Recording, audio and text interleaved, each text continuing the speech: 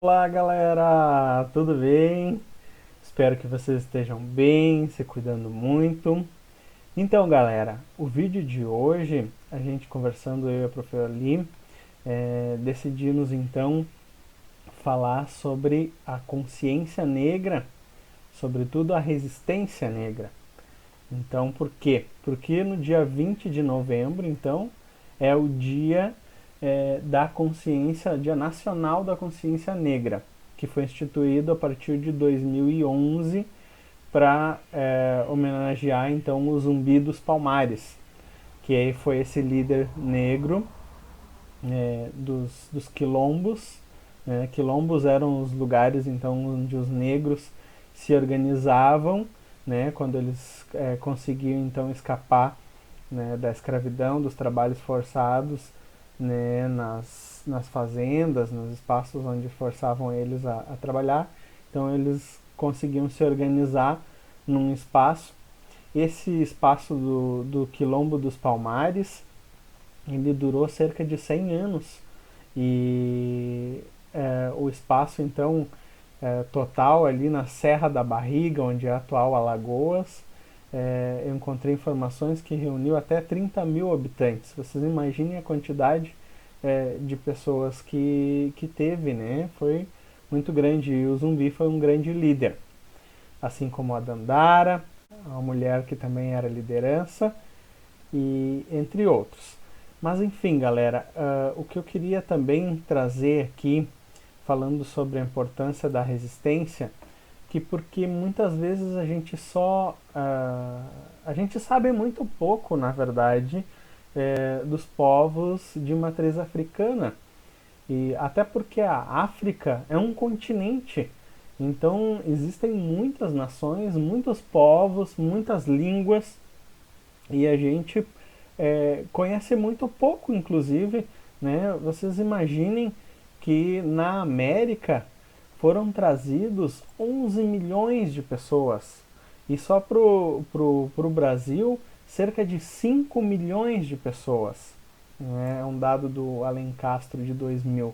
Vocês imaginem a quantidade de pessoas. Né? A ONU, inclusive, reconheceu o Holocausto, que foi a morte dessas pessoas, a escravização dessas pessoas, né?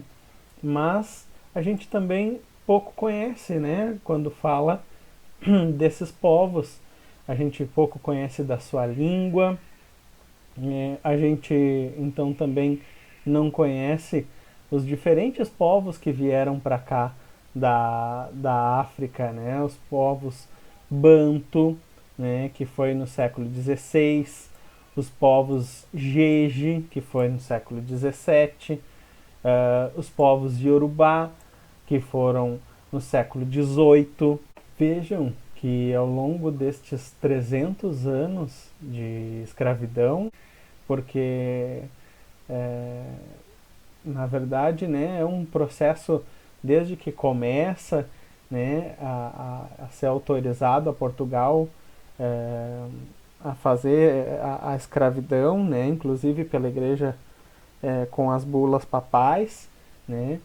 Mas o que eu queria trazer aqui para a gente pensar, que é muito importante, né, é essa reflexão sobre esse conhecimento, sobre esses povos, que para eles era tão importante e é muito importante a questão da língua, né, da oralidade, que é através então, né, da língua que se passava os significados, os sentidos da manifestação da vida, né, a mediação, né, do outro, o que significa ser, né, daquele povo, o que significa ser um sujeito, né, Banto, Yorubá, Jeje, né, cada povo na sua língua, nas suas palavras, nos seus significados, iam dando esses significados. E vejam só que importante, né? O povo Banto, por exemplo, dizia que não há floresta boa com um tipo só de árvore. Vejam a importância da diversidade, né? E eles tanto falavam sobre a questão da diversidade, né, da importância da diversidade, mas também da unidade, né, da união dos povos. Né? A Terra, por exemplo, é um espaço de manifestação da vida, da essência, e como tal carrega imanente todos os valores da cultura, da ancestralidade e da história. Então, vejam só, sem folha, sem mar, sem árvores, sem rios, sem montanhas, sem ventos, sem raios, não existem divindades. Vejam a importância da natureza para esses povos.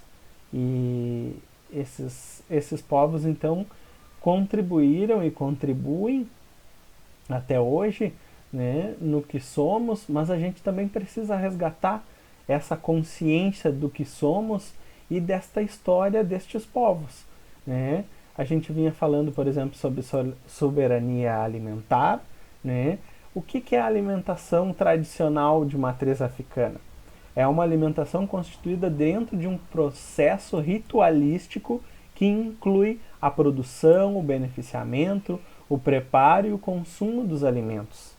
Né? Isso aqui foi uma plenária do Fórum Nacional de Segurança Alimentar dos Povos Tradicionais de Matriz Africana.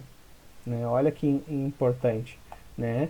E o alimento, o que é o alimento tradicional de matriz africana? O alimento é todo aquele alimento que pode ser compartilhado com as divindades e a ancestralidade e que garante a vida de todos os seres vivos. Vejam que importante é essa visão dos povos de matriz africana. Então, galera, eu queria trazer um pouquinho, isso é tão pouquinho, né? Mas se a gente levar isso, se a gente souber um pouquinho disso e reconhecer, não apenas pela aquela coisa da cor da pele, do preconceito, né? Que é importante que a gente rompa com o preconceito, né? Mas que a gente conheça esses povos, conheça essa história, né? E sobretudo que a gente reconheça a importância dessa cultura, né? E do direito a essa cultura e da reparação ao holocausto, né? Aquilo que sofreram esses povos. Até porque o nosso Brasil, né? Ele é formado por, por estes povos. Né? Então, 54% da população do Brasil é negra. Né? Mesmo que aqui a gente não tenha a maioria no nosso município, né? Mas a gente tem uma história que tem a marca da escravidão, né? O trabalho desses povos, a contribuição desses povos. E então a gente tem que, é muito importante a gente reconhecer isso, né? E eu acho que era esse o recado que eu queria dar para vocês, né? E a gente vai então ver com a Prof. Yoli um pouquinho dessa cultura, né? Na relação com a culinária. Vocês vejam quanto é importante, né? A alimentação, né? E a natureza não se separa, né? Até mais, galera. Tchau, tchau. E hoje quero agradecer então a gurizada que está ainda fazendo as atividades, muito obrigada, que não perdeu seu foco, que continua com a sua responsabilidade. Eu agradeço muito bem, obrigada às famílias pela colaboração. Hoje é VaptVult. Assim, eu e o professor Jonas então pensamos essa semana para a gente refletir um pouquinho sobre a questão da consciência negra. Quando a gente está lá no Global, a gente faz a semana toda várias falas a respeito do preconceito, né, da contribuição da cultura, da matriz africana para a nossa cultura, quer dizer, para a nossa cultura não, para toda a cultura brasileira, né? E hoje a prof então quer trazer uma coisinha muito simples, que é falando o quê? Assim, amigos, os negros africanos, eles deram muita contribuição na culinária brasileira, né? E uma delas está muito referenciada lá no Nordeste, que são a parte ali daquelas comidas como o acarajé, o vatapá, o mugunzu, né? Propriamente aqui no sul a gente usa a pamonha, também lá se faz muito cuscuz, a gente faz a feijoada, os bolos de milho, a canjica, o mingau de milho. Então, o que é isso? Como é que isso acontecia? Acontecia assim, ó, para os africanos, para os negros, os escravos, lá nas senzalas sobrava só os restos. O resto do porco, orelhinha, focinho, rabinho, né? Sobrava o milho que não era mais tão bonito. E com isso, o que eles faziam? Eles acabavam usando esse restante de alimento e preparando pratos maravilhosos, que é o que a gente come hoje, né? E um daqueles que eles gostavam muito, né, era o milho. Gostavam muito de milho, tanto que uma das é uma coisa muito interessante isso, que quando esses escravos estavam vindo nos navios, né, que eles foram traficados, escravizados, que a gente já sabe tudo isso, e que hoje se deu uma nova consciência para esse povo, né, que merece todo o nosso respeito, que está envolvido dentro da nossa cultura também, que somos nós todos cultura, né, é a pipoca. Então, assim, eles comiam lá nos navios, amigos, milho e água. Depois, chegando aqui no Brasil, eles aprenderam, porque o milho é originário daqui, aprenderam a preparar melhores alimentos e usar a pipoca. Os indígenas já usavam a pipoca, o sabugo com a pipoca, em cima do fogo para estourar ali. E então, dentro da cultura africana, para reverenciar os seus orixás, né, e a sua religiosidade, eles fazem a pipoca. Né, muitos não comem a pipoca, mas eles fazem a pipoca para oferecer então para os seus orixás.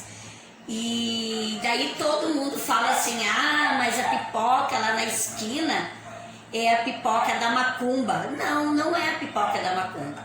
Na realidade, se fazia aqueles pratos de comida, amigos, para deixar lá naquele espaço, para quando os negros escravos que fugiam passassem e tivessem comida, né? E a cachaça que estava junto era para quê? Era para aliviar a dor das chicotadas que eles levavam.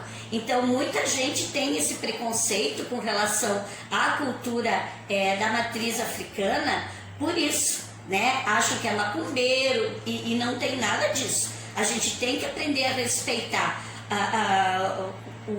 os orixás, tanto quanto nós respeitamos os santos na Igreja Católica, quanto a gente respeita o budismo, quanto respeita as igrejas evangélicas e todas as outras que tem por aí.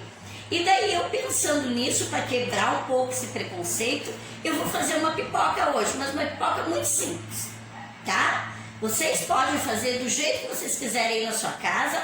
Eu vou fazer a minha só com pipoca e o meu azeite de oliva e um pouquinho de sal, ok? E aí depois eu mostro para vocês como ficou, tá bem? Quero lembrar assim também, amigos, que a pipoca ou milho, ela contém muitas fibras, contém minerais, as vitaminas do complexo B e E, né? Ela previne o câncer, é antioxidante, digestiva, controla a diabetes, reduz o colesterol, né? E é importante a gente aproveitar, então, esses produtos que vieram vindo assim, ó, de consumo de raiz para a gente fazer em casa, que são produtos de verdade, que é o caso do milho. Vai aparecer no vídeo antes um pedacinho dos milhos feito pela Regina Casé. Eu espero que vocês gostem, tá? Por hoje era só, tá bom?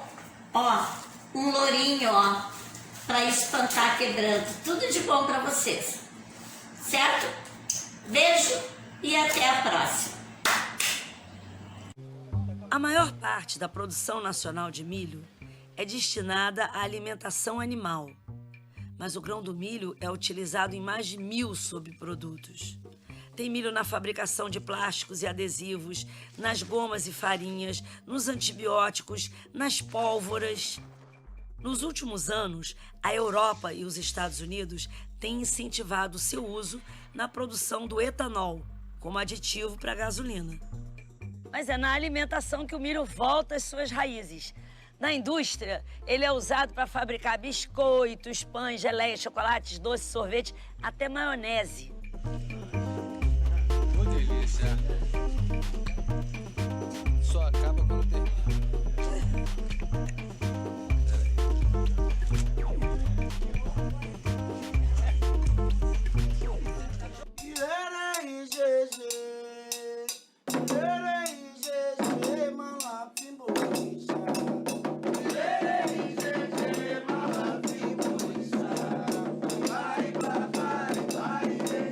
Junto com os portugueses, chegaram os escravos africanos e, com eles, um conjunto de tradições, comidas e um cereal da mesma família do milho, pócea, chamado sorgo.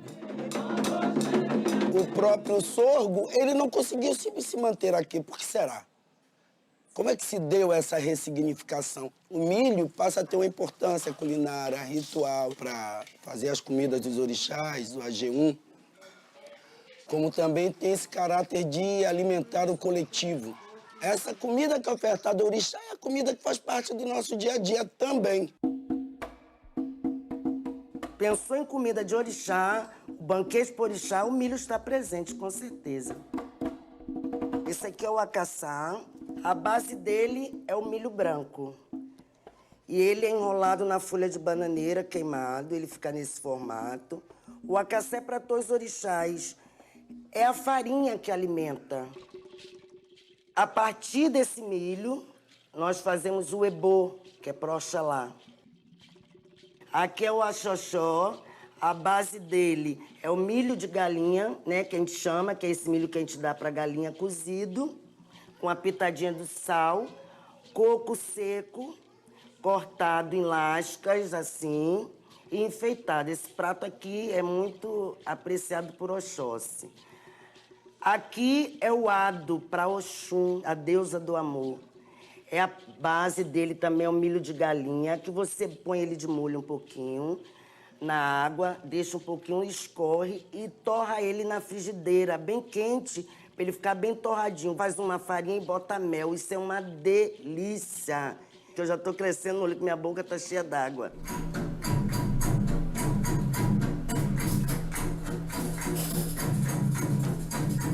É a pipoca que se chama do buru. É o milho de pipoca torrado, né? Ele estoura na areia de praia, numa panela de barro. Esse é o prato principal do Obaloaê, ou o molu.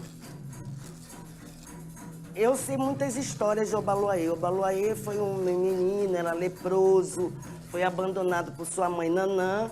Emanjá, dona do mar, da areia do mar, o pegou e cuidou ele com a pipoca estourada na beira do mar.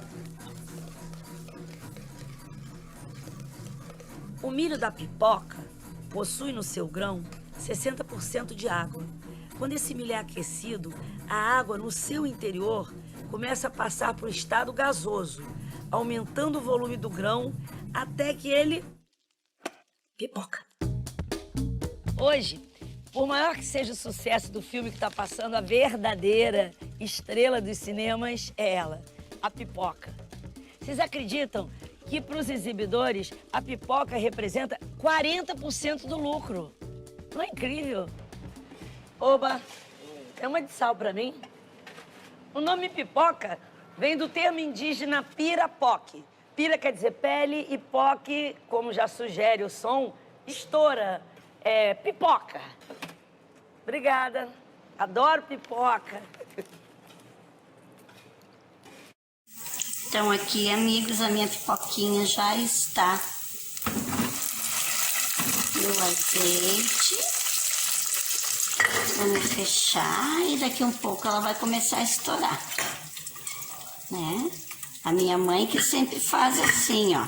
Estoura pipoca, Maria Sororoca. Estoura pipoca, Maria Sororoca.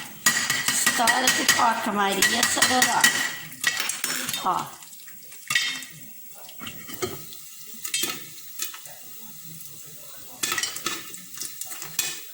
E ela já começou a estourar.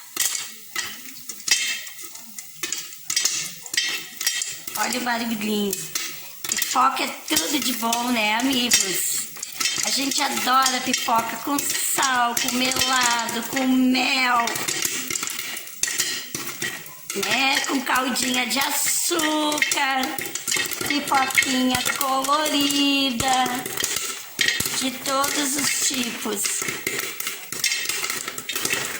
Estoura pipoca, Maria Sororoca. Estoura pipoca, Maria Sororoca. Olha que super!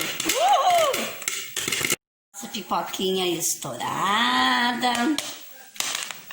Olha, olha que delícia.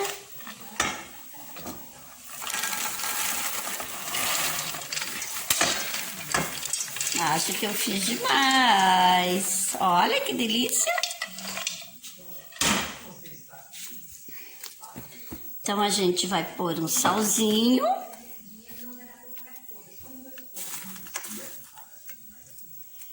Aqui. Não vou pôr muito sal, porque muito sal faz mal para a saúde, né? E aí eu vou misturar depois. Bom apetite, amigos! Até a próxima! Aproveitem para comer muito pipoca quando estão em casa. Beijão!